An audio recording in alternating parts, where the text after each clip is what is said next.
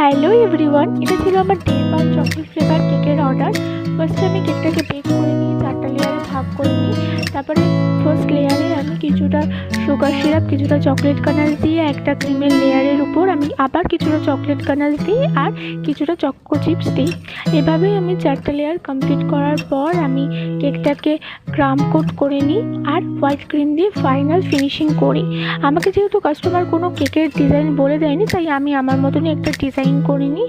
তো কেকটাকে আমি ফিনিশিং করে নেওয়ার পর কেকটাকে আমি একটা মাঝখানে দাগ দিয়ে নিই আর এক সাইডে আমি চকলেট কানাস দিয়ে দিই আর এক সাইডে আমি চকলেট কানাসটাই কিছুটা আঙুলের মধ্যে নিয়ে এবার ছিটিয়ে ছিটিয়ে একটা ডিজাইন করে নিই। আর মাঝখানটা আমি একটা নজলের মাধ্যমে ফুল ফুল ডিজাইন করে নিই।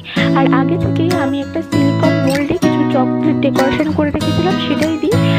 আর ফুলগুলোর উপরে আমি চেরি দিয়ে দিই আর কিছুটা স্প্রিঙ্কেল এই চকলেটের সাইডে আমি দিয়ে দিই। আর এটাই